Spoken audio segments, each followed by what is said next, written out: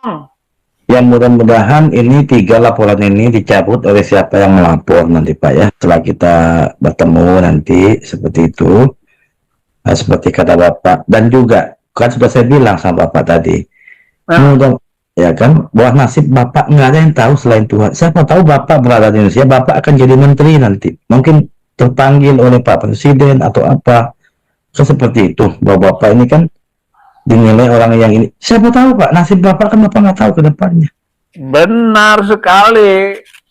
يا هدي يا بشير يا طبيبي نبي الله خير الخلق جميعا له أعلى المناسب والمراتب صلاة الله سبحان Bismillahirrahmanirrahim. Assalamualaikum warahmatullahi wabarakatuh. Kaum muslimin yang dirahmati Allah, semoga Allah senantiasa curahkan segala rahmat, segala nikmat yang berkepanjangan dan tiada kampung ujung dari dunia hingga akhirat, insyaallah. Dan Allah pun kumpulkan kita para kaum muslimin di bawah naungan Rasulullah beserta para nabi, beserta para orang-orang yang Allah kasih, Allah sayangi, Allah cinta, insyaallah di bawah naungan Rasulullah kelak di mana tiada naungan selain daripada naungannya, insyaallah. Amin amin Allahumma amin. Kaum muslimin, pada kesempatan sore hari ini saya akan sebuah video yang dimana video ini mengisahkan tentang bagaimana Saifuddin Ibrahim masih asik Saifuddin Ibrahim. Kenapa ya?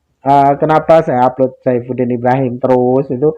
Karena itu tadi ada hamba Allah yang mengatakan bahasanya dari video-video Saifuddin Ibrahim kita dapat ibrohnya, kita dapat pelajarannya, yang dimana sesungguhnya mereka adalah orang-orang yang membuat senang membuat tipu daya. Nah, itu maksud saya. Jadi biar menjadi sebuah pengetahuan juga bagi para hamba Allah ya, yang belum paham ya, ketika saya mengupload video Saifuddin Ibrahim itu membosankan, betul membosankan. Hanya saja memang sengaja kita ikuti terus, yang dimana nanti kita akan mengetahui endingnya begitu kaum muslimin ya. Oke, demikian kaum muslimin videonya. Pak Mimino. Halo.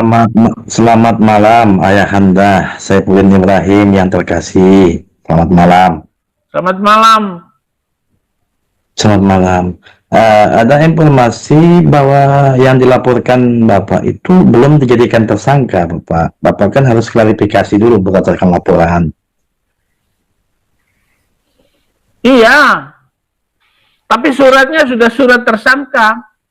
Itu surat pemanggilannya kemana? Ke alamat yang di Jakarta. Bapak udah lihat surat pemanggilannya? Sudah, saya sudah ada ini. Saya sudah di tangan saya semuanya surat laporannya. Kan itu kan Bapak akan klarifikasi dari laporan itu. Belum dijadikan tersangka kan Bapaknya. Tapi kenapa si Ustadz nggak dipanggil? Sudah 4 kali dia dilaporkan. Tapi kan Bapak harus tahu apa klarifikasi polisinya masalah Abdul Somad. Kan ada klarifikasi. Ya, pokoknya saya nggak mau balik. Kalau saya balik ya habis. Nah, polisi sudah datang, Jenderal Bintang 2 menjemput saya. Ya, memang mereka belum ini kan, belum bisa ada hak untuk memulangkan Bapak dari luar kan seperti itu. Ya, memang nggak ada haknya karena negara Amerika ini nggak ada undang-undang masalah penistaan agama. Tapi dia sudah melobi bagaimana supaya bisa dideportasi saya dari Amerika ini. Seperti itu. Iya, ya, saran saya dulu. Ternyata tidak berhasil. Iya, sebelum terjadi deportasi dan lobby-lobby hukum hubungan internasional, alangkah baiknya sebelum itu Bapak kan sudah mengambil keputusan untuk balik. Saya akan balik kalau si ustadz-ustadz yang menghina kekristenan itu ditangkap dulu dong. Jangan. Ya, nanti kalau Bapak balik, Bapak bisa dia laporkan lagi, Pak. Korban. Kami sudah korban gereja, kami sudah korban orang-orang yang pintar di penjara sama negara ini. Iya, Pak. Jadi begini, Ayahanda Saifuddin Ibrahim yang terkasih. Halo. Bapak Ya. tolong dislowkan suaranya Pak, jangan marah. Saya nggak mau lihat Bapak marah. Saya pengen Bapak itu senyum, tenang, gitu loh. Ya Bapak, Haleluya. Ya nggak mungkin lah saya marah. iya, Ngapain Bapak marah santai, dengan urusan begini? ngomongnya santai Ayahanda, biar kita Oke. enak, tenang. Oke. Haleluya. Ya, nasib Bapak ke depannya kan cuma Tuhan yang tahu Pak, seperti apa, ya enggak Pak? Benar. Saya sangat Ya. percaya dengan Tuhan Yesus Kristus. Dia yang Ya. mengatur semuanya ini, Mimino. Ya, ya Pak, ya Pak. Mungkin Bapak bisa memberi klarifikasi nanti kepada pihak kepolisian dengan apa statement yang Bapak sampaikan dulu yang membuat laporan itu, seperti itu. Pak Saya Saiful. sudah ngomong kepada polisi yang datang menjemput saya sudah cerita. Jangan Tapi statementnya begitu dong secara resmi, caranya Pak, di polisi tempat Mabes bilang Polri, Pak. gitu. Jadi Somad itu nggak ditangkap-tangkap karena alasan kabar eskrim itu Ya. terlalu besar resikonya nangkap Soma. Lebih baik nangkap Saifuddin Ibrahim karena dia minoritas, karena pengikutnya sedikit. Itu alasannya. Oh, Itu alasannya. Itu kabar eskrim yang ngomong. yang mudah-mudahan ini 3 laporan ini dicabut oleh siapa yang melapor nanti Pak ya. Setelah kita bertemu nanti seperti itu. Nah, seperti kata Bapak, dan juga kan sudah saya bilang sama Bapak tadi, mudah ya kan, bahwa nasib Bapak nggak ada yang tahu selain Tuhan. Siapa tahu Bapak berada di Indonesia, Bapak akan jadi menteri nanti, mungkin terpanggil oleh Pak Presiden atau apa. So, seperti itu, bahwa Bapak ini kan dinilai orang yang ini. Siapa tahu Pak, nasib Bapak kan Bapak nggak tahu ke depannya. Benar sekali. Ya. Tapi yang saya tahu nasib saya ini ada di tangan Tuhan Yesus Kristus. Bukan di tangan Habib-Habib itu, bukan di tangan sudrun-sudrun itu. Tuh kan, mulai dan ngomongnya udah mulai besar sampai kita fokus ke masalah Bapak. Saya sangat senang membahas Bapak. Nah, seperti itu. Biarkan aja lah sudrun-sudrun kata Bapak itu, biarkan aja dulu.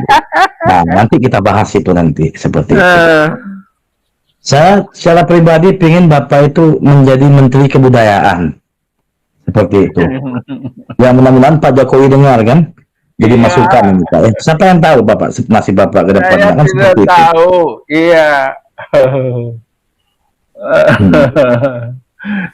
Saya terima Tapi kasih sepertinya sekali. kasus ini Pak akan ini Pak, akan ada titik terang Pak, keadilan dan lain sebagainya. Kalau Bapak tidak bersalah, Bapak akan lolos. Kalau Bapak bersalah, ada hak hukumnya juga kan, seperti itu Pak.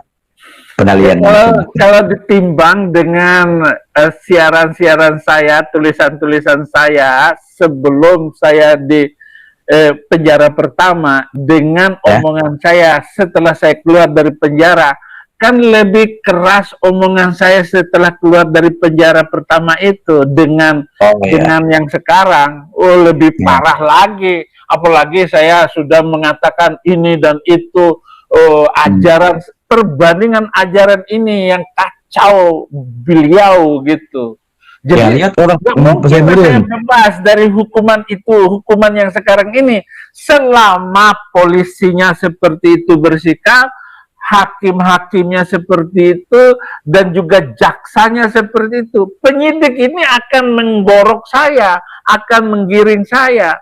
Kemudian juga si tahanan-tahanan narapidana yang sudah ada di dalam penjara itu, dia tidak akan membiarkan saya. Saya akan waktu pertama dulu saya disiksa.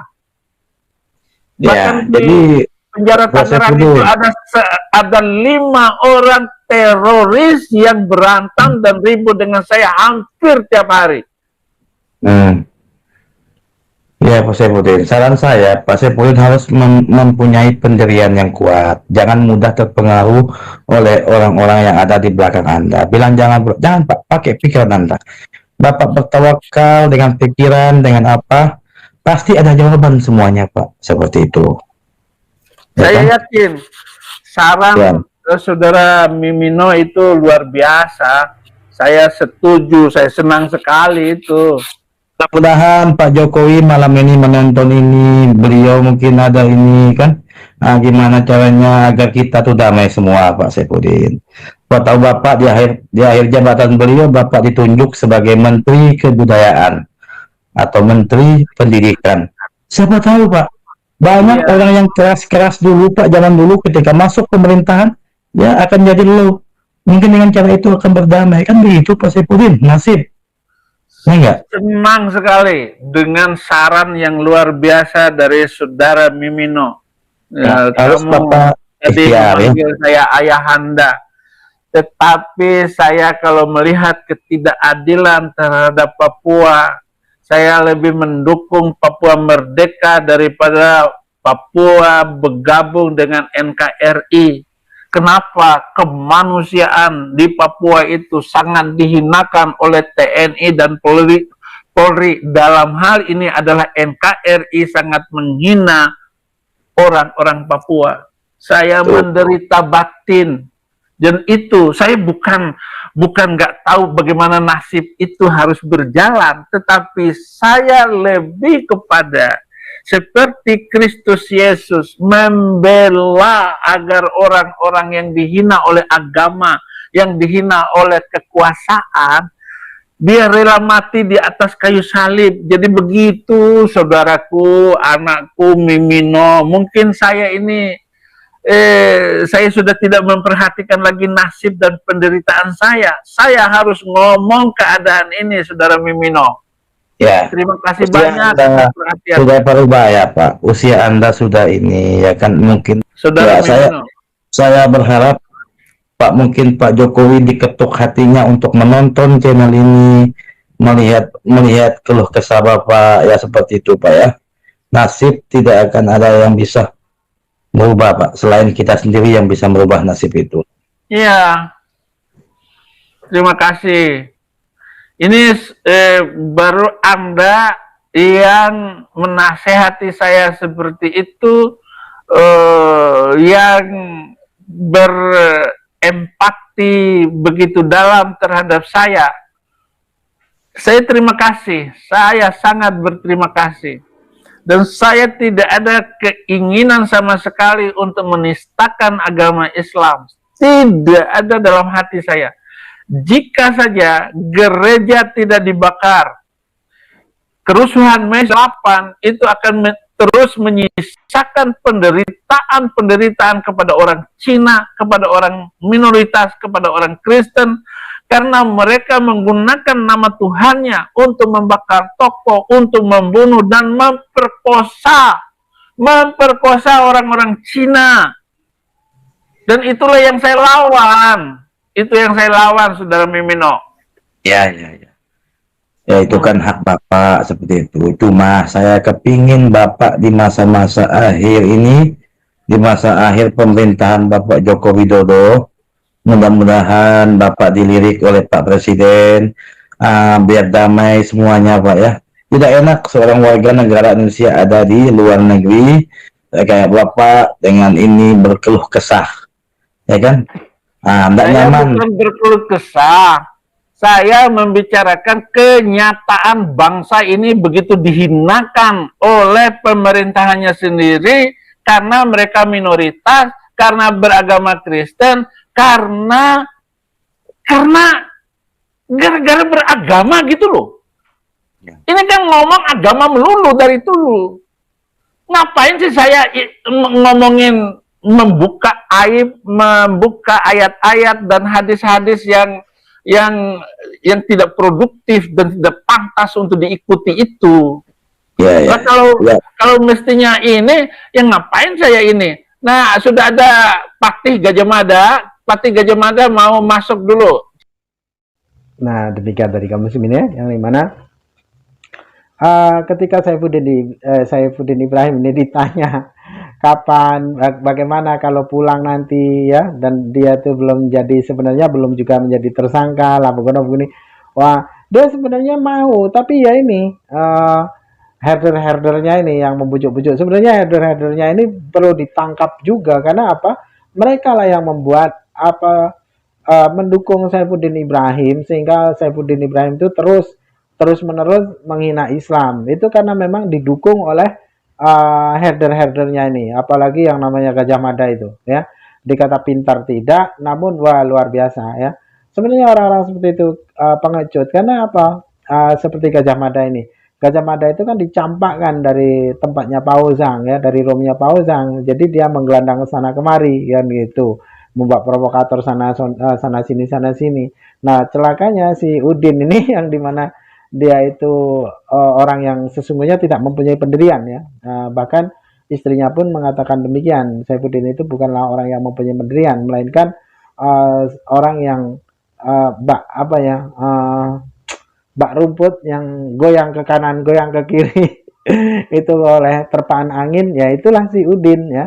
Nah, ini para pendukung-pendukungnya ini ngompor-ngomporin entah apa-apa, ya. Namun nanti kalau seandainya ada, ya, pada masanya nanti pasti, ya, yang menjadi kerani-keraninya, yang menjadi herder-herdernya, yang menjadi pendukungnya ini pada masanya pasti akan tebak bawa dan pasti akan terpleset lidah pada suatu saat nanti, dan akan juga terjerat hukum. Itu pasti, saya yakin itu. Oke, demikian saja kaum muslimin yang dapat saya sampaikan. Saya Ridwan. Wassalamualaikum warahmatullahi wabarakatuh.